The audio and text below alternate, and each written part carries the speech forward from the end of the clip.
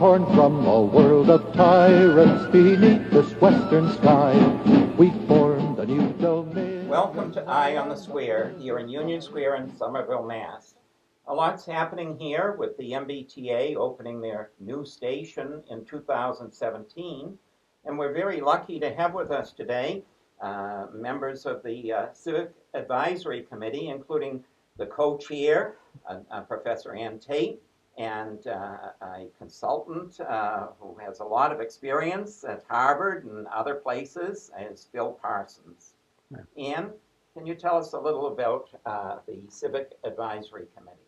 Well, I think the Civic Advisory Committee was constituted out of the mayor's initiative originally because of the feeling that it was a large and complicated project which needed to have explicit community involvement. So we were tasked to be the kinds of representatives of the community, and we were very involved in the process of reviewing the applications that developers sent in to vie for the right to be the developer of Union Square. So the first task we did was to review all of these different proposals and to give feedback to the Somerville Redevelopment Authority about which ones we thought were the best. And now our charge has morphed from that to kind of keeping an eye on the process and setting some standards for how the development should go forward, and being the kind of the filter through which the community input is coming in. And one of the things we said was that the process needed a more robust public engagement piece, and so the city undertook this Somerville by design process for looking at what should happen at Union Square, and so we were involved in that, and now we're having our own process for trying to set some standards for what the development should be in Union Square. Do you want to add to that? Well, I think this really is the biggest transformative development that Somerville has seen probably in many decades, and getting it right, preserving the character of Union Square, and it is a unique character, it's evolving, but it's a very special place, and getting it right requires a lot of community engagement and community voice, and at times it's contentious.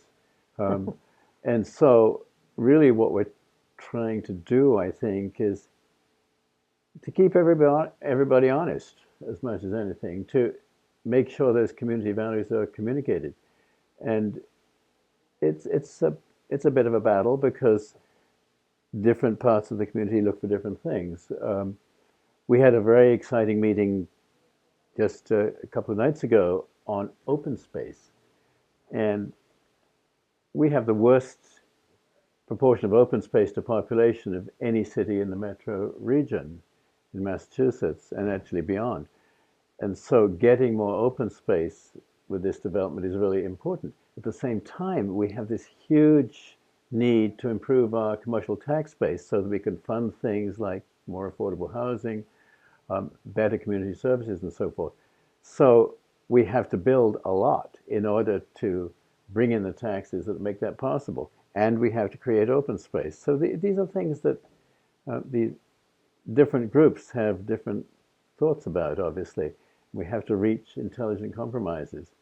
And it's a bit of a juggling act trying to figure this out. And we're trying to navigate between the standards that the city has set up for redevelopment generally and their aspirations for the future through the Somerville Comprehensive Plan, Somerville by Design, and then trying to see, well, what does that mean when you get down to making decisions about specific parcels of land and how they should be redeveloped. I think to Philip's point about the sort of community involvement and the essence of Union Square, when we started this process, what we heard from people the most was, don't ruin it. We're worried about keeping the kind of funky vibe that you have in Union Square and keeping the mix of affordable spaces and of unique maker spaces and all these different attributes of Union Square. And one of the things I keep cautioning people in the community and on the committee is that this is not easy. It's not like we can pull a template off the shelf and say, this is how you balance these things, this is how you get this right. Because everybody across the country is struggling with the distinction between redeveloping without over gentrifying, and how do you hang on to affordability but bring in lots of new money and do lots of new development but not lose the old development. And all of these things are very precarious balancing issues. And I think that the level of engagement at the city level and at the staff level and the community, they're like, every time you turn around, there's a different community group having a meeting about this. So the level of engagement is really exemplary. And now we're a little bit trying to make sense out of that and pull all the pieces together. Now, Philip, you're internationally involved with the Audi Motor Company. Can you tell us about that, what that brings to your understanding of the project? Yeah. Audi, well known as a premium car company, but they realized that if they don't understand the future of cities, their future gets very complicated. What's happening now in Boston and actually in many cities is a reduction in car ownership. You could say for the first 100 years of the car, cities adapted to the car. And now we use about 45% of the space in cities is devoted to automobiles, which is a shocking number. Cities are for people, not for vehicles. Now, what the car companies are realizing is that the car companies have to adjust to the needs of the city. In other words, it's turned upside down, which is a very exciting development. So what a company like Audi is doing by researching the future of the city is trying to understand how we can make our cities more about people and less about exhaust fumes. So that's what they're funding. And we persuaded them that Somerville was the perfect lab for looking at these issues. It's a progressive city. It's going through significant change. It has a lot of transportation infrastructure investment at the moment, a lot of redevelopment, and it's in the midst of one of the most creative economies in the country. So it was the perfect place to do this. And the mayor is very excited about this. He came with me to Berlin. We're going to Barcelona in November again for a World Conference of Smart Cities. So we're really trying to use Union Square specifically as a place where we can imagine how the future of transportation, the future of cities will evolve, and trying to meet those changes halfway in a creative way. So it's very exciting. There's a direct relationship between this and the question of open space. And one of the reasons Philip and I have particularly been focusing on the question of open space in Union Square, the big things are jobs, housing, and open space, is that you can't get open space back very easily. That once you've built on it, you've lost it. And so it's really important at this moment that we establish in this process, how much land we're going to leave to plant trees and have kids run around on and have be public open space. But one of the key conflicts in most cities is between open space and parking lots. And if we can change our mobility diagram, if you will, of how we use the city, and we release a lot of opportunity on the land. First off, when it's worth it to structure parking and build parking, and build it tighter and take less space for the cars, which are all things that Philip has looked at. But more than that as we get more and more people out of them and into the transit, then we don't need so much surface ground to be just left over for cars, and we can begin to put, playgrounds and playing fields and market spaces and things like that on it. I think I just saw where Boston has a big deficit of being able to put the cars anywhere. And the MBTA stations are also very limited in their ability to handle incoming traffic and that. Sounds a little like, Ian, we're going back to the days of Olmsted with the emerald necklace here in Boston, which is a great treasure for the past 100 years or more in the city of Boston. Well, it's about a living quality of life. And the emerald necklace is a great example because it did a lot of different things. I mean, it was conceived of partly as a visual amenity, but also as a public health issue because it it drained the swampy areas into waterways and made a way to move water through the city and created this fantastic amenity and park space. And one of the things Philip and I have been stressing is that open space is more valuable when it's part of a system and not just a park here and a park there. But ecologically and in terms of habitat and in terms of plants and in terms of all these different things and even the human experience, it's much more valuable when it's connected. But I was also thinking about at the T stops, that in the days of Olmsted was when people began to use what was called a station wagon, which was called a station wagon because somebody dropped you at the station and when you commuted by train into the city to work. And so we don't even use the term anymore very much, but that was the genesis of it. But to do that, somebody was home. And we now have all working, families where both couples or both parents are working and, everybody is going in and out. You don't have someone who can just be there to drop you at the station. So that's why this parking explosion has happened. And we need to find other ways. Here, people can bike or walk to the station because there's so much density around Union Square. Of course, there's a lot of talk, too, about building for the millennials. You were mentioning families, and the average age, I think, in Somerville is about 30.1 or somewhere around there in the early 30s with all the grad students. So it's a different lifestyle. Well, I think the statistic we've seen is that 44% of the population are millennials, and which is huge. And so part of the argument that has gone on around the development in Union Square has been how much new housing do we need to put and how much new housing do we need to build for millennials, when in fact we already have the largest concentration of a millennial population who work in those jobs living here already. So that's one question, is that really the part of the population that we need to boost the most, or do we need to provide some other kinds of housing? And the second question is the developer's interpretation of what millennials want, which is micro units and very small one-bedroom units, is that really what they want? All the ones I know live in group houses, not just because it's cheap, but because they like living together and they like having those arrangements. So I'm not sure that we would see an exodus of people moving out of their, upper 2 stories of a 2-family house to live in micro units, and freeing that up for family housing. I'm not sure that turnover is really so guaranteed. Now, Anne, you've had many years at the Rhode Island School of Design, so you can also, I'm sure, project many new designs and creative uses of land and buildings and rooftops. Well, we had a great time looking at some of these spaces. I mean, I was participating in the design charrettes that were run by the principal group, but also Philip and I and Jan Cornel and a couple of other members of our of the CAC committee got together and looked at what we thought would be nice to see, both in terms of meeting the percentage of open space that's needed in Union Square, but also what that might look like and what a development on the D2 block by the subway might look like and what kind of public space we'd like to see there.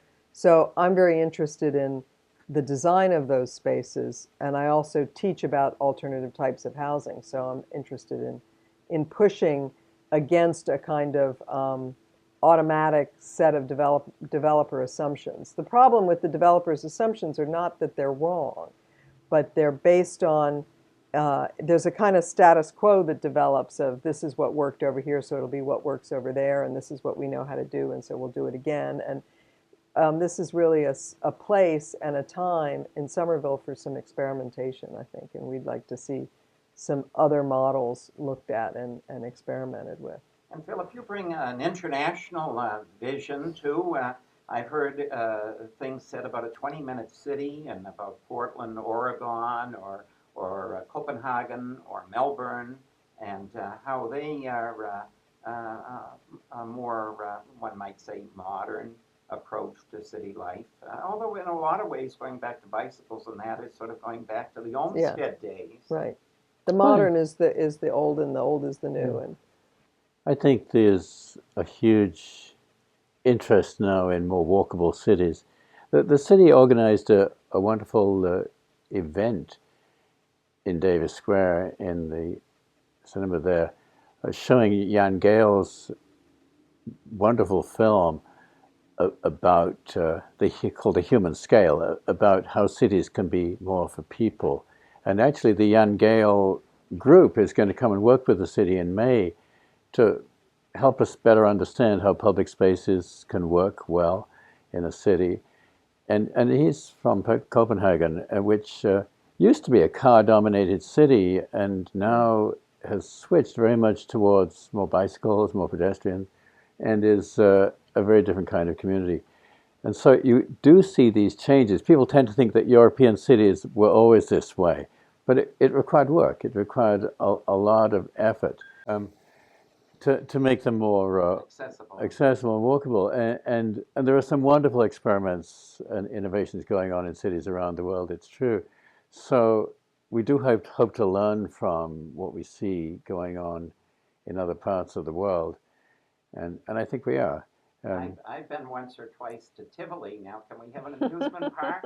And that goes back, Tivoli is what, 100 or more years old. At least, I think. Yeah. Well, I think, I mean, maybe that's I don't know the about square, you know, what the activities of the square. That's what we need is a Ferris wheel. In a way, the square works as an amusement park quite a lot of the year anyway. Traffic, which is a big issue. It defines the square, really. But we have more events going on here than probably any public space in Boston through the summer. There's something going on all the time, and yet it's very much an improvised space. I think we want to keep that kind of quality of spontaneous improvisation, but at the same time make it work a little better. And so that's something the teams planning have looked at a lot.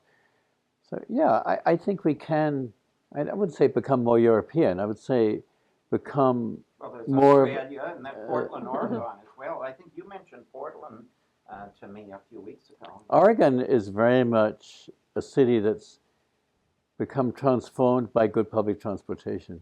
Is that 20-minute city too, you know? I mean, there are so many things in the vicinity here.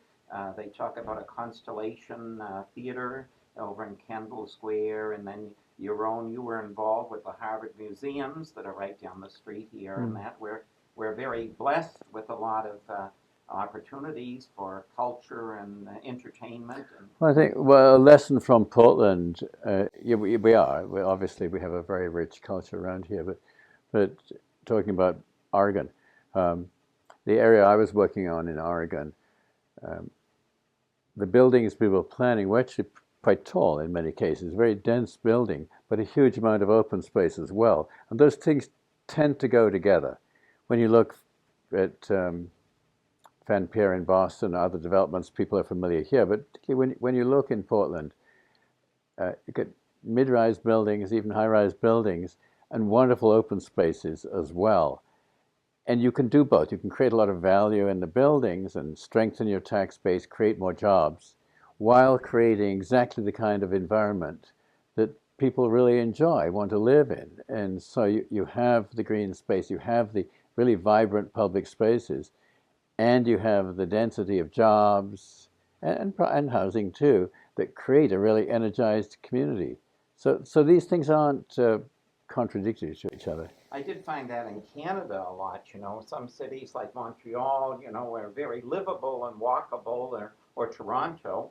And then, of course, they've had a great immigration, especially Toronto. You know, Toronto used to come to an abrupt end, and then you'd have there's been a lot of planning there. But now, of course, both of them have, maybe you could say, sacrificed a lot to high-rise, you know, the temptation.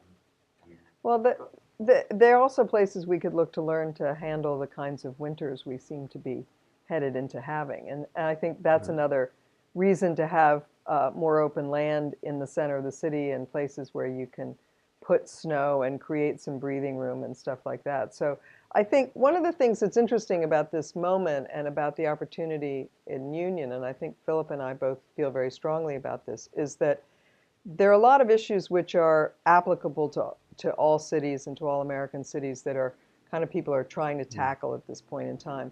But we have a really tremendous set of assets in this moment and in this opportunity. And you talk about what's nearby and what's within a 20-minute walk and things like this. And we have, you know, with MIT just down the Grand Junction line and a few blocks into Cambridge, and Kendall Square, you already have this huge concentration of jobs and of a certain kind of innovation jobs that everybody all over the country is trying to figure out how to make that happen. And with Greentown Labs and Fringe and Artists Asylums and stuff, we're already seen as this kind of creative hotbed of activity, all the public events that happen in Union Square, all that stuff is here. And what we're trying to invent is not, the best thing that other people have already done, but trying to sort of invent a new way of balancing these things, of bringing new jobs in and holding on to older, cheap creative space, of having open space that is ecologically effective and transformative, deals with our flooding problems and brings new plant life into the square and things like this, and may not look like a traditional urban European city, or may not look like the things we're used to seeing in a downtown area, but it would be a kind of whole new hybrid that we're hoping can be created here. Now, I know Kendall Square has been called the innovation hub of the East Coast of the United States, Right. as you say, and that. Now, Philip, you're very concerned too about affordable housing and jobs. We have been sort of a bedroom community for other neighborhoods, and I think it's clear we need to work and always use employment. Yeah, I think there's this balance between housing and jobs that we've been talking about a bit. What's unique about Union Square potentially is that well, you mentioned the word innovation hub, but let's call it a mobility hub. We've got 5 bus lines here already. We've got the Green Line coming. We've got a huge amount of bicycle traffic going through the square, a lot of pedestrian traffic. How do we use this intersection? This used to be 100 years ago, this was an amazing commercial intersection. How do we use that in a new way to reflect what people call the collaborative economy, so that when people are coming through Union Square for whatever reason, this is a natural place to meet, natural place to collaborate. It is rich in, but it's rich in restaurants and in social spaces, and because really in this collaborative economy we're in, social engagement and collaborative work engagement are very much interrelated. You just go to Block 11 and see what's going on there in terms of business meetings, as well as people working alone on their laptops, people making new friends. All these things interrelate. Union Square actually does this as well or better as anywhere in the greater Boston area, and that's why younger people want to come and live here, because it's so appealing in this particular atmosphere it has. It has this entrepreneurial spirit, but it also has a social side to it too. And what a mobility hub needs to become is a place that encourages that, fosters that. And so as people change from one form of getting around to another, when they on their bike, but they get on the Green Line or whatever it happens to be, get on a bus, they've got time in between. They do things, they meet people. And we need to design and plan Union Square so it really has that kind of vibe to it. Well, we're very fortunate that there are a number of very talented and trained and experienced people on the Civic Advisory Committee. As we can see, complex issues, lots of challenges to face, whether it's our water table or our history, and it's a very rich in history area of the country that we want to preserve, as well as the artistic and musical talents that are available in the young population especially. So I hope we'll have a chance in the future to talk about these and with other members of the committee as well.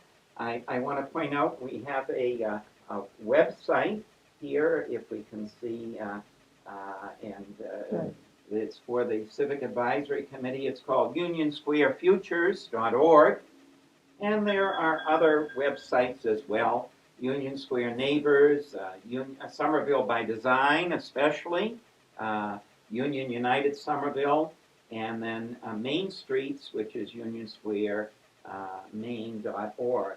So hopefully the viewers will take time to either at the library or in their own homes to look into these matters and keep up with them in the news, and we'll try to keep you informed in the days ahead. A lot is moving rather quickly, and 2017 isn't that far away.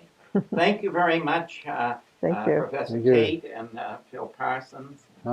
We've enjoyed it. Thank you. Thank you.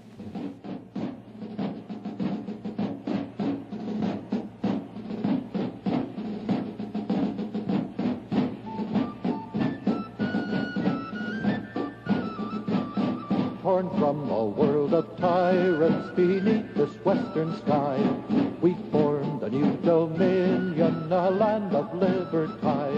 The world shall own, we're masters here, then hasten on the day. Huzzah, huzzah, huzzah, huzzah for free America.